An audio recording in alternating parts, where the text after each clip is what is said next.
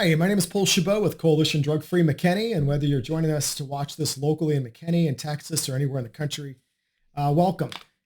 Look, today I'm going to chat with you about something that I think is on many parents' minds, and that's the fentanyl overdose and what is being done out there to at least help revive those whose lives are in danger from overdosing, dying.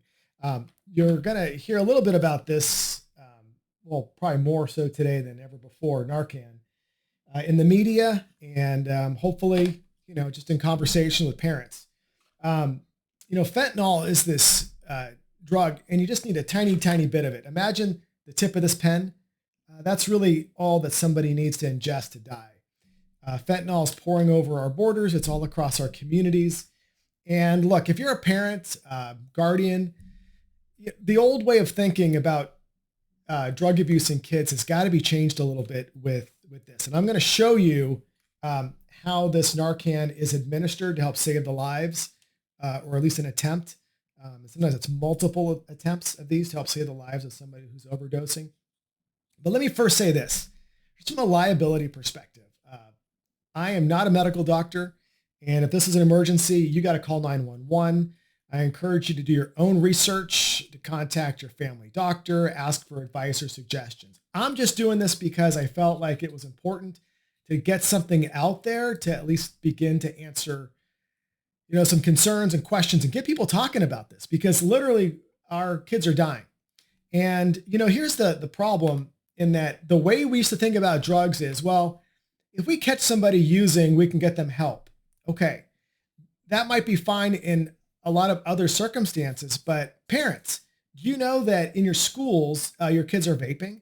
And I don't care if it's a private school, a public school, whatever, every school has a problem, including yours, right? Which means everybody does, not just in McKinney or Collin County or Texas, but all across this country. The drug epidemic is out of control, and fentanyl is probably, and rightfully so, one of the leading factors of concerns. And again, all you need is what is on the tip of this pen, even smaller than that, to die. So some people who overdose off of fentanyl don't have a clue that they're putting fentanyl in their body. They might be vaping something that they think is just tobacco, and little do they know it's laced with or has fentanyl in it. Others are intentionally doing it. In fact, we even hear stories of kids or adults keeping these Narcan kits in their pockets in case they overdose to somehow save their lives. Well, the problem with that is obviously it can take more than one of these. These are not always successful. And if you're overdosing, you're probably on the ground unable to reach for the one to begin with. And so fentanyl really is, I think, the challenge of our times from a drug education perspective. Like if you're a parent or a grandparent, you should be afraid. Peer pressure is a huge thing right now. On our website, I'll show you this before we go into the Narcan and how to administer it. Let me show you a webpage here. This is from Coalition Drug Free McKinney. It's an organization that I and others run here. And on our website, if you just take a look at some of the options up here, one is McKinney Youth Drug Testing Site. We like this, and we just announced this and put this up on the website because it gives you as a parent the opportunity to sign your kid up and get them drug tested. It's confidential. It's a lower cost than what it would normally be if you were just to walk in. And on this page are all kind of resources about this. And the reason it's important, I think, to drug test your kids is never be that parent that says, well, not my kid. In my 21 years in law enforcement, you know how many kids I took home at 3:00 in the morning where the parents were saying, not my kid. Yeah, it's your kid. It could be the valedictorian, the captain of the sports team. It doesn't fit a mold. Okay, so church kids, everybody, every single kid is impacted, and peer pressure is so big with this. And so when you take a look at drug testing, the reason it's so successful is because of what it's telling your child and what your child can now do with that in a peer pressure situation. So research shows that drug testing is successful because it gives your kid an out when they're in a peer pressure group at school, wherever it may be. for them to say, hey, try this, just do it once. And your child could now say, hey, look, I can't do that because my parents drug test me. Now, many in athletics or extracurricular programs in public schools get drug tested randomly. That's great. I think, honestly, all kids should. And parents, you got to take a lead on this. If you look at the McKinney ISD football stadium, one of the largest in the country, you could fill that thing multiple times over. And that's how many people die in this country every single year due to substance abuse related incidents. Well, fentanyl is leading the charge, and there's over 100,000 in just the past year. I just received an email today that 3 kids in a neighboring school district since December, I believe, have overdosed or died just from fentanyl alone. Now, not everybody who takes fentanyl dies, but it's like Russian roulette. Would you even try it if you knew? And so the message to kids is, don't do anything. Don't touch the vape pen. Don't take the party pill. Don't take whatever it is that's out there. Nothing is innocent in today's times. And I'm a dad. My wife and I are raising 4 kids, 3 teenagers, God bless us, 3 teenagers, and then one who's not a teenager yet.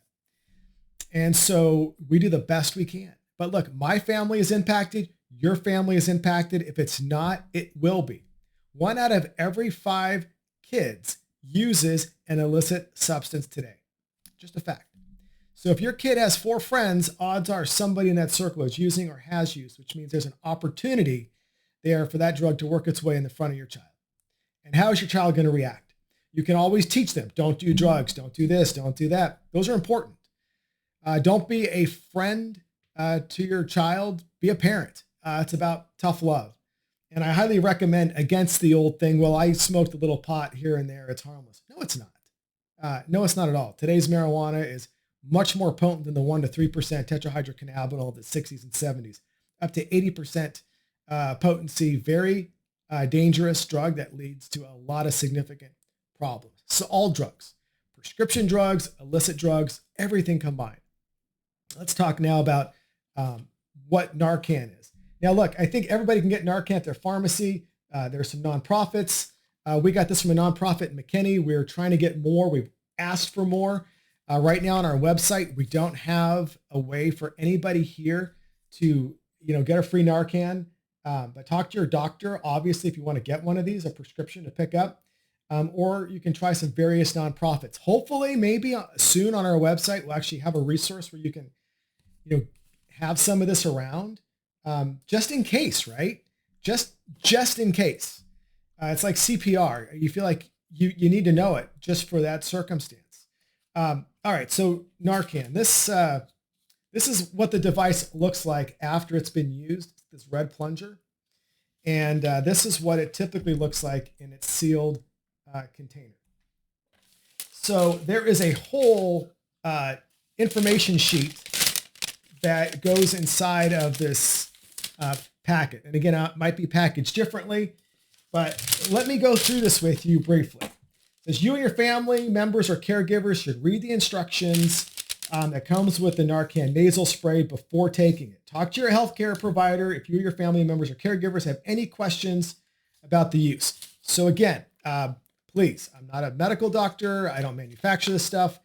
I just doing this as a public service announcement so that you maybe go to the web, look for more resources, and obviously talk to your family doctor about this. All right.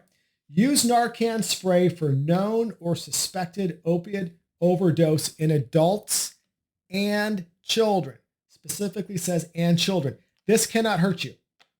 You can actually use these over and over and over again. And many times our fire and police have to get a response, a life-saving response. But remember, it doesn't always work. Sometimes, no matter how much our first responders try, they are not able to save the lives, which is why we've had so many deaths. But this is what's on the front line. And I believe the education, prevention, and these sort of videos should be there as well. Okay, so important for use. It's only to be used in the nose. Do not remove or test the Narcan nasal spray until you're ready to use it. So keep it here. Each Narcan nasal spray has 1 dose. So once that red plunger goes up, it's done. You cannot use this one again. You got to go on to another. You do not need to prime the Narcan nasal spray. So priming, I guess you don't need to shake it. It's just ready to go. So how do you use it? Lay the person on their back to receive a dose of the Narcan spray. So remove Narcan spray from the box. Peel the back tab with the circle to open the Narcan spray. And see that circle? Let's see how quickly I can even get this open. Pretty easy. And then you take this out, and obviously you can see the Narcan in there. And then there's another instruction sheet, it looks like. Now, yes. This one is a little bit cleaner to read than the one that I have. It has the basic steps here, right? The basic steps. Now inside, you'll see the Narcan. See this plunger, how it's down? That's because it's not been used. And this one right here has been used because the plunger's up. All right. So lay the person on their back to receive a dose of the Narcan spray. Remove Narcan from the box, put the label back. We've done that. Note, Narcan nasal spray freezes at temperatures below 5 degrees or minus 15 Celsius. Sometimes we get that cold here, folks. If this happens, the device will not spray. Get emergency medical help right away.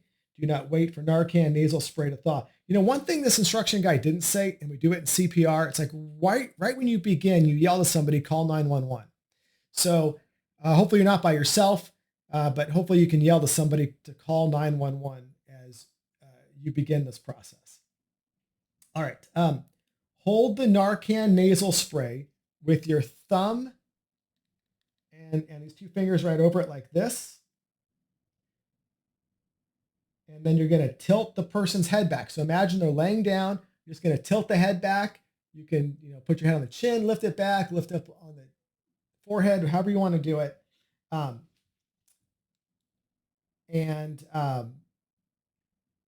see here. Tilt the person's head back and provide support under the neck with your hand. Gently insert the tip into the nozzle, into one nozzle until your fingers on either side of the nozzle are against the bottom of the person's nose. So here you go.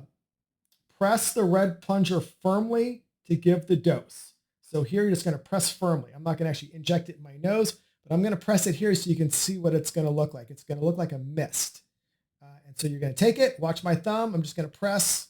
Ready? Ready? You can see the spray. Ready? 1, 2, 3. That's it. It's this little mist. And then as you'll see, the plunger is gone. Next, remove the Narcan nasal spray from the nozzle after giving the dose. What to do after Narcan nasal spray has been used. It's saying get emergency medical help right away. That's what's written, obviously, but have somebody call 911 as soon as you're there as well. Move the person on their side recovery position after giving Narcan nasal spray. I'm going to show you a picture here of that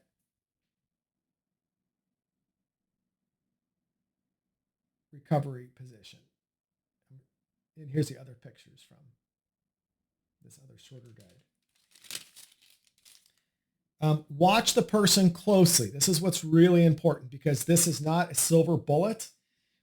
If the person does not respond by waking up to a voice or touch or breathing normally, another dose may be given. Narcan nasal spray may be dosed every 2 to 3 minutes if available. Every 2 to 3 minutes. Now, we don't expect, many of you to have, 2 of these, although they come, I guess, in 2 packs, right?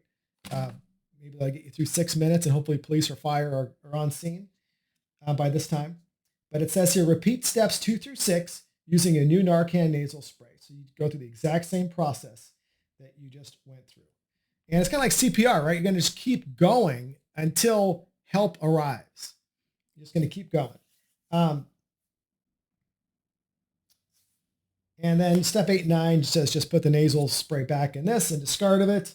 Store below 77 Fahrenheit, 25 degrees Celsius. So apparently this is not something you want to keep in your glove box where temperatures can reach over 100 degrees, although that would seem like a common sense place to keep it, right?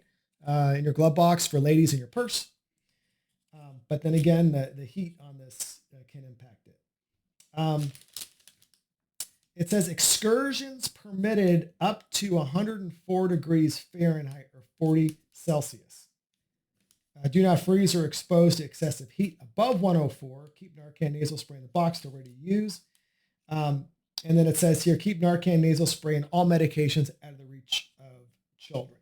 So there's your read up and the disclaimer. And again, just a quick recap here. Inside this particular Narcan package has all the steps. And look, don't ever think, oh, I won't be in that position, or not me. How many times have you been somewhere, right? Or on an airplane? Is there a doctor, right? Well, thankfully, yeah, there's a doctor. Or you're just in a circumstance.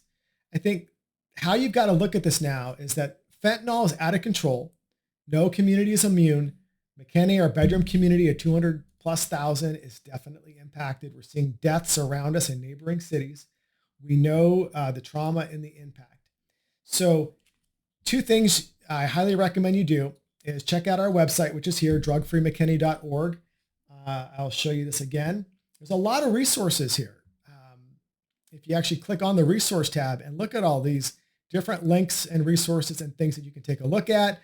We have a monthly newsletter here with all kind of information about networking meetings, and just, great tips of things that are important. You can subscribe here to our newsletter where you'll receive weekly or monthly updates. You got a contact page on there as well. But again, I started this off talking about how important it is to consider drug testing your kids, regardless of how well behaved you think they are. Let's give your kids an out. But it's also not a silver bullet. And so we have networked with a drug testing company here in McKinney to give a reduced rate. We don't make anything off this. It's not about money for us. It's just about providing this resource that we think is so critically important. Look, with that, please feel free to share this with anybody. Feel free to make your own edits. And look on the web. There could be a lot of other testimonials, resources. There could be a lot of other sites that provide you with more information to share. But look, we're based out here in McKinney, Texas. It's just a nice, quiet little town, if you haven't heard of it. And even this quiet little town in North Texas has a fentanyl problem. And so if our town does, that means your town does as well. Thank you, everybody, for watching. God bless. Stay safe. And our website, again, drugfreemckinney.org.